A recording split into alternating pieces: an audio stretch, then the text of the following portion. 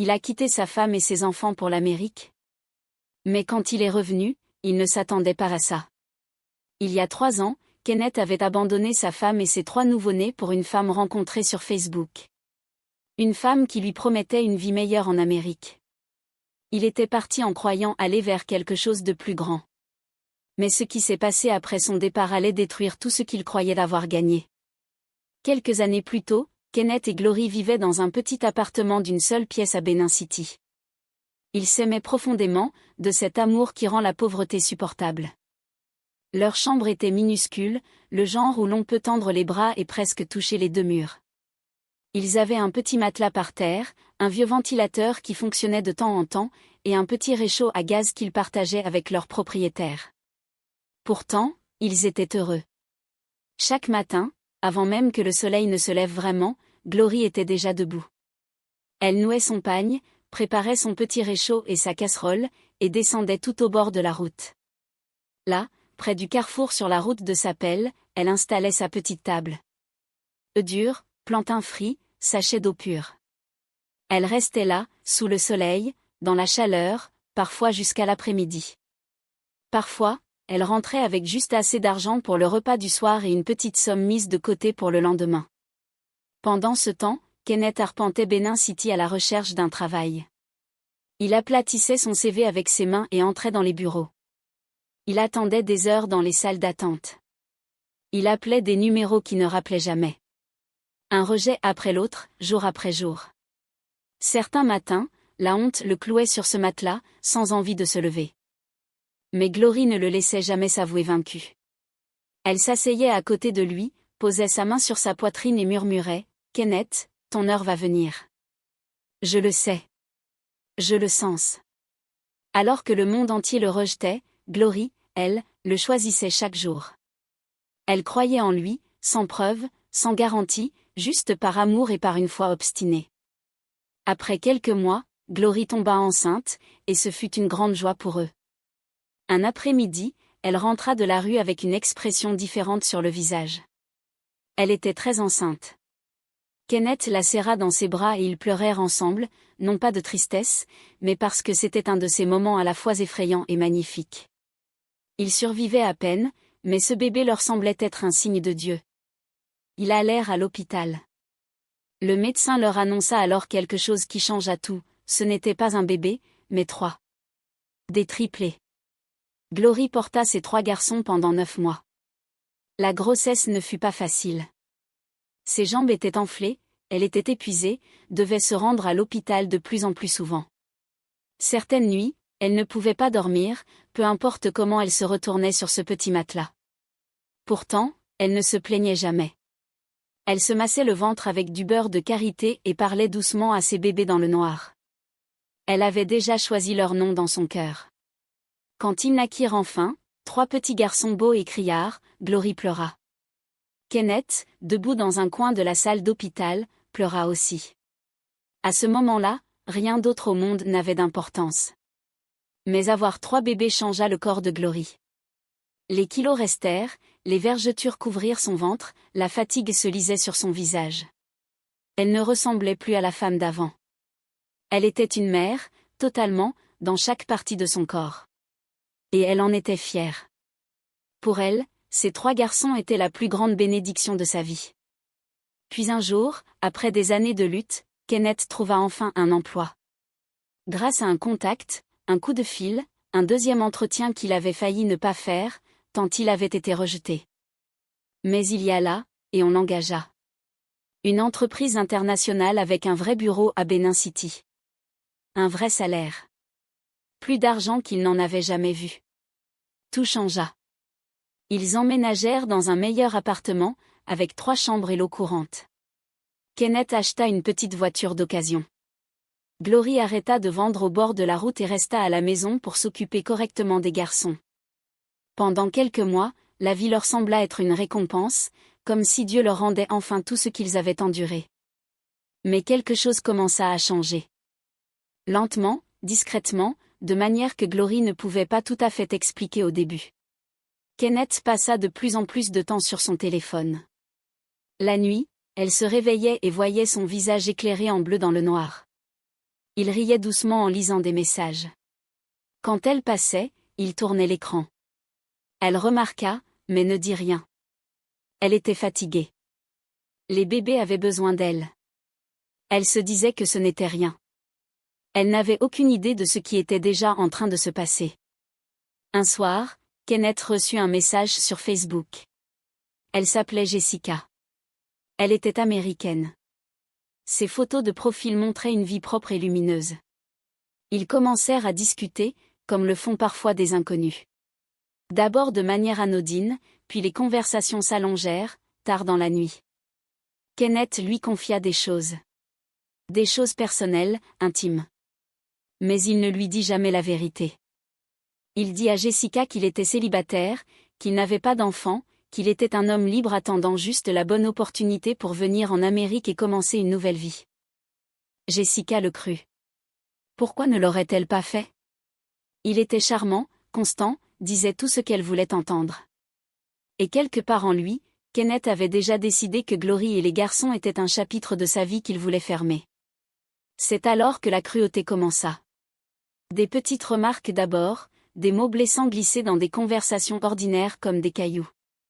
Un soir, il la regarda alors qu'elle nourrissait les bébés et dit « Regarde-toi. Tu n'es même plus attrayante. » Glory leva les yeux. « Que veux-tu dire? D'autres femmes de ton âge sont minces et prennent soin d'elles. Toi, tu t'es complètement laissé aller. » Elle se tut. Que pouvait-elle dire? Elle avait porté 3 êtres humains dans son corps. Elle avait tenu debout sur ce bord de route sous la chaleur de Bénin pendant des années pour vendre des œufs, juste pour qu'ils puissent manger. Elle avait maintenu cette famille à bout de bras pendant qu'ils cherchaient un avenir. Et maintenant, cet homme la regardait comme si elle n'était pas à la hauteur. Elle resta silencieuse, parce que c'était l'homme qu'elle avait aimé quand il n'avait absolument rien. Et elle croyait encore qu'il reviendrait à lui. Elle avait tort. La nuit où tout s'est terminé arriva sans avertissement. Kenneth la fit s'asseoir après le dîner. Les garçons dormaient. L'appartement était calme. Il dit « Je pars en Amérique ». Glory sourit, ce sourire nerveux de quelqu'un qui attend la suite de la phrase. « Quand partons-nous » demanda-t-elle. Il la regarda. Puis il le dit. Froidement, calmement, comme si ce n'était rien. « Toi et les enfants, vous ne venez pas ?» La pièce ne bougea pas. Le ventilateur continua de tourner. Dehors, la vie se poursuivait comme si rien ne venait de se briser. Glory le supplia. Elle lui prit les mains, lui rappela tout ce qu'ils avaient traversé ensemble. La petite pièce, le bord de la route, le matelas par terre, les 3 garçons qu'ils avaient fait ensemble. Elle pleura sans honte. Elle lui demanda de penser à ses fils, de réfléchir à comment elle allait faire seule. Mais Kenneth s'en moquait. Totalement. Il partit le lendemain matin. Il fit ses valises, franchit la porte, sans même dire au revoir à ses fils. À ce moment-là, Glory comprit que l'homme qu'elle avait aimé pendant toutes ces années était déjà parti. Il était parti bien avant de franchir cette porte. Ce qui suivit fut la période la plus difficile de sa vie. 3 bébés pleurant à des heures différentes de la nuit. Les factures arrivant chaque semaine. L'appartement semblait à la fois trop grand et trop vide. Les amis cessèrent peu à peu de l'appeler. La famille qui disait « Je te l'avais bien dit » du regard, même sans ouvrir la bouche. La solitude était le pire. Puis une nuit, son plus jeune fils tomba malade. Une forte fièvre qui ne baissait pas. Elle chargea ses 3 garçons dans un taxi à 2 heures du matin et attendit seule dans la salle d'attente de l'hôpital. Pas de mari, pas de soutien, juste elle et Dieu, et 3 petits garçons qui avaient besoin que leur mère soit forte. Ce fut dans cette salle d'attente froide et éclairée que quelque chose changea en elle. Pas de la colère, pas de l'amertume, quelque chose de plus fort. Une décision. Elle ne allait pas s'effondrer. Elle refusait. Elle allait se relever. Elle allait construire quelque chose. Pas seulement pour elle, mais pour ces 3 garçons qui méritaient une belle vie, même si leur père avait choisi de les abandonner. Elle commença modestement. Elle se mit à cuisiner à la maison et à vendre ses plats aux gens du quartier. Les mêmes mains qui vendaient des œufs durs au bord de la route préparaient maintenant de vrais repas, les emballaient soigneusement, les livraient avec le sourire. Elle apprit à utiliser Instagram, filma ses recettes et publia les vidéos. Au début, ses mains tremblaient, mais elle persévéra. Elle trouva une formation en ligne sur la gestion d'une entreprise de restauration. Elle veillait tard dans la nuit pour regarder les vidéos pendant que les garçons dormaient. Elle pria plus fort qu'elle ne l'avait jamais fait. Et peu à peu, les choses commencèrent à changer. Les commandes arrivèrent. Puis d'autres commandes. Elle embaucha une jeune fille pour l'aider aux livraisons. Puis elle acheta un deuxième téléphone, rien que pour son entreprise. Elle se remit au sport pour retrouver sa silhouette. Puis une voiture. Petite, d'occasion, mais entièrement à elle. Achetée avec son propre argent, le fruit de son propre travail, de son propre parcours. Ensuite, elle emménagea dans la maison. La grande, belle maison où Kenneth viendrait un jour frapper à la porte, sans rien. La femme qui l'avait abandonnée était devenue puissante. Pendant ce temps, en Amérique, la vie que Kenneth avait cherché à construire s'effritait silencieusement. Jessica n'était pas sotte. Un après-midi, elle fit une recherche sur Facebook et trouva son vrai profil. Ce qu'elle découvrit lui glaça le sang. Des photos de Glory. Des photos de 3 petits garçons. Des photos de mariage.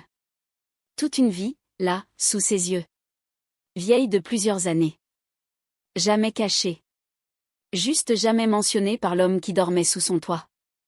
Elle se sentit malade. Elle avait ouvert sa maison à cet homme. Elle lui avait fait confiance. Elle avait fait des projets avec lui. Et il l'avait regardé en face chaque jour en lui mentant. Elle le dénonça. Elle révéla tout. Elle s'assura que les bonnes personnes sachent exactement qui était Kenneth. Sa situation de visa s'effondra. Ses plans tombèrent à l'eau. La belle vie américaine pour laquelle il avait abandonné sa famille s'évanouit comme de la fumée. Ainsi, Kenneth revint. Il rentra au Nigeria de la même manière que certaines choses se terminent. Silencieusement, sans rien, sans aucun endroit où faire semblant. Sans travail, sans argent, sans Jessica, sans plan. Juste la honte et une adresse encore gravée dans son cœur. Il se tenait devant le portail de la maison de Glory. Il frappa. La porte s'ouvrit. Et la femme qui se tenait là n'avait plus rien à voir avec celle qui l'avait quittée.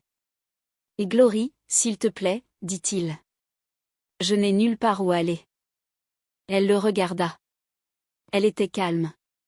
Aucune tremblote dans sa voix, aucune larme, juste une femme qui avait déjà pleuré toutes les larmes de sa vie des années plus tôt. « Quand tu n'avais rien, dit-elle lentement, j'étais là. Chaque matin. Sous la pluie, sous le soleil, j'étais là, à tes côtés. » Elle ne bougea pas du seuil. Quand la vie t'a enfin souri, tu es parti. Tu es resté dans cette maison et tu m'as dit que j'étais laide. Tu es sorti par cette porte sans même dire au revoir à tes propres fils. Les yeux de Kenneth se remplirent de larmes. Je te pardonne, dit Glory. Son visage s'illumina légèrement. Mais je ne te permettrai jamais de revenir dans ma vie pour tout briser à nouveau. Et elle ferma la porte. Pas par colère. Pas par cruauté. Juste calmement, fermement, avec la paix d'une femme qui avait déjà choisi de se respecter et ne cesserait jamais de le faire.